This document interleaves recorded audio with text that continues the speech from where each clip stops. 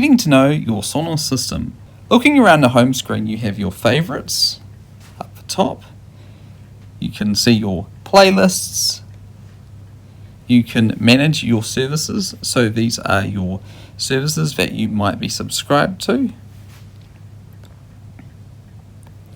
You can change your preferred service. So let's say we want Tidal to be our preferred service. And when we go back, it will say Tidal as our preferred service. If you need to reauthorize your account, then you go into that service, click here. You can also add a content service. Let's add 90s radio. And all the 90s radio services load. And when you go back to your home screen, you can see that the 90s radio has turned up.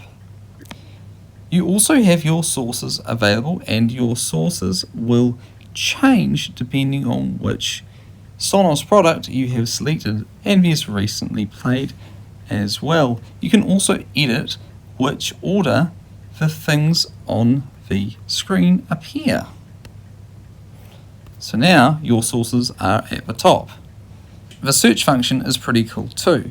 It allows you to see all of the songs available for you on each of your installed music services. So you can see here it is on Tidal, and on Spotify, and on Apple Music.